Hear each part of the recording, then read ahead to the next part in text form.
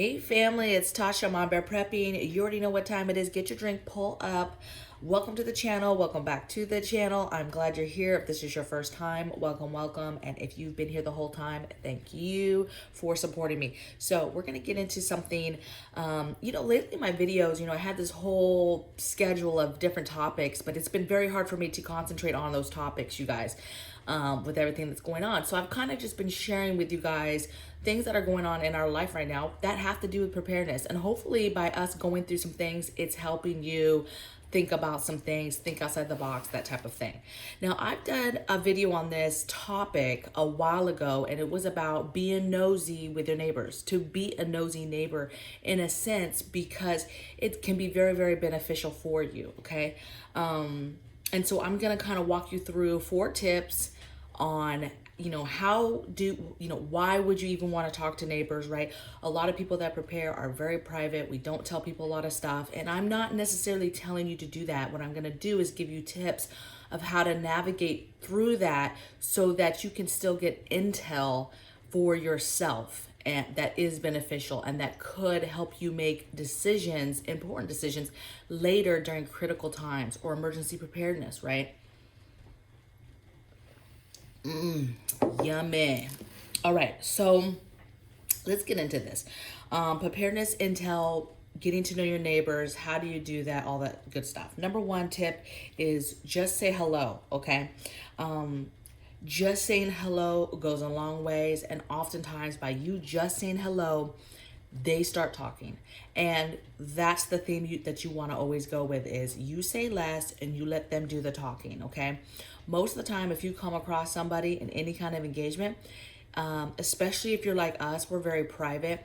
Hubby is way more interactive. A lot of times he gets a lot more intel than I do just because naturally he's outside and he's a talker and he likes to talk to people. Now, when I say he's a talker, he's not giving our secrets or any of that stuff, but he's just very naturally very good at talking to people, okay? And for some reason, people always want to talk to him. Like they gravitate towards wanting to have a conversation with him. I don't care where we go. It's insane. We could be at a rest stop and people gravitate towards him and want to talk to him. It's the weirdest, wildest thing. So he gets a lot of intel just because people come up, neighbors or places we're at, people come up and start conversations with him all the time, okay? But you let a neighbor talk. I'm gonna give you an example. The movers, the truck came yesterday and it was huge. I was worried about the neighbors and blocking driveways. It was just the biggest truck I've probably seen ever with our stuff. And one of the neighbors came over. Now, we lived here before, okay, many, many years ago. So it's been a while. So we knew things about the neighborhood, but obviously we are interested in what has changed, what houses have sold, what families have changed, what's going on.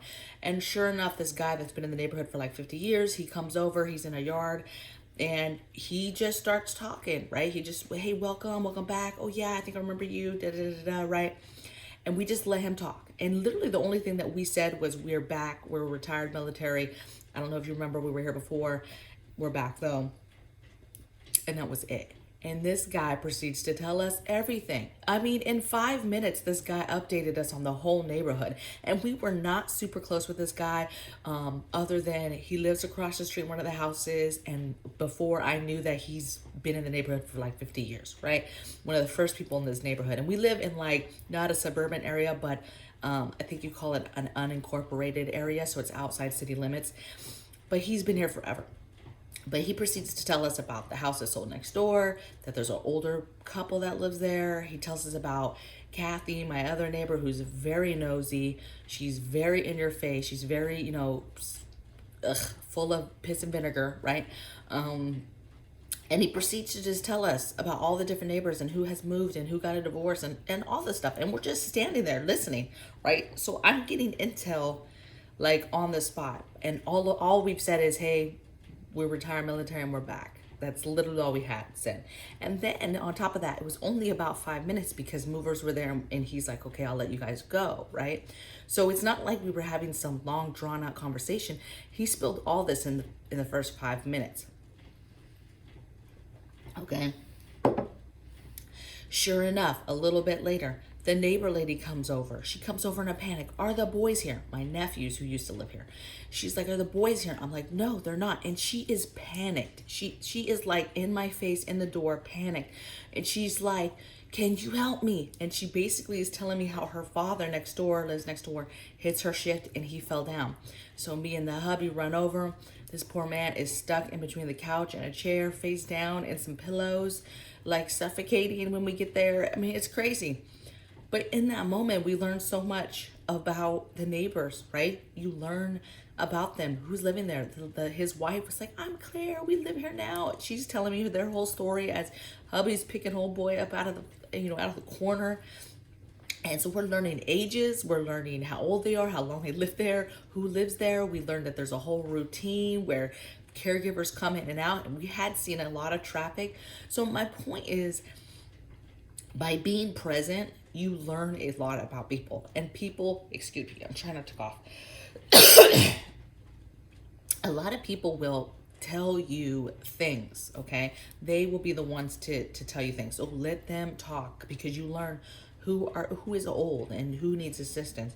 Where are the young people at that live in your neighborhood? What are different skills, trades? Are people retired? Do they work? If they worked, what did they do? If they're retired, our follow-up questions are normally like, what do you do? Because that gives you a trade, that gives you a skill that they have, right? What do you do for fun?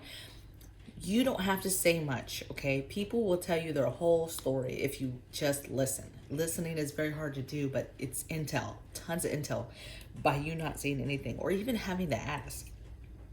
The next tip is neighbors always are watching. So remember, as much as you think that, hey, I'm the one that's watching them, which we are, we watch everybody, every car that goes by, every person that I see. We're very in tune with our surroundings and what is going around, what's going on around us in our neighborhood. However, just know that I promise you, your same neighbors are watching you, okay? Here, everybody has big windows, big bright windows, so they can get, light in. It rains a lot here. They're watching you. And so you need to be careful about what you let them see, right? Groceries. How much groceries? How many deliveries are you getting? Are you getting a lot of service stuff? Are you, they're paying attention if you're, whatever it is, they're paying attention. So don't ever think that like, it's a nice, quiet neighborhood. Nobody's really paying attention to me. I can just do what I want. You need to keep in mind that you need to still be practicing being safe and protocols for ensuring that they're not seeing things, right? It's one thing if they're like, okay, we notice when she comes home, she always goes to the back with her car, okay? If you do that on a regular basis, no big deal, okay? But if you're doing it from time to time, it becomes, okay, she only does it sometimes. Why does she do that? And then you have neighbors behind you trying to be nosy to see what you're doing. So come up with a plan, figure out what you're gonna do, if it's groceries and you have a garage and you're able to pull in and do groceries like that, whatever it is, but be careful what you let the neighbors see, because they're always watching. They're watching visitors. We had already noticed the neighbors next door, tons of cars all throughout the day. Well, it turns out they're very, very old, and those are caretakers and people who come over to give them baths, and people come over to take care of them, and different family members that come over to sit with them. And that's why there's a lot of traffic there. But in that same sense, that's a lot of traffic and a lot of eyes right on us as well, okay? Other people that can be watching what's going on. Be careful what you say, right? So we always say we're retired military, and we leave it at that. Later on, when we do get into a little bit deeper conversations or other people, and it's coming up about not income, but what people are doing for income and things like that, we just keep it simple. Hey, hubby's in safety, and I basically don't do anything. I stay at home, and I do teach people about emergency preparedness, right? And I make candles, right? We just keep it very, very light. I make candles.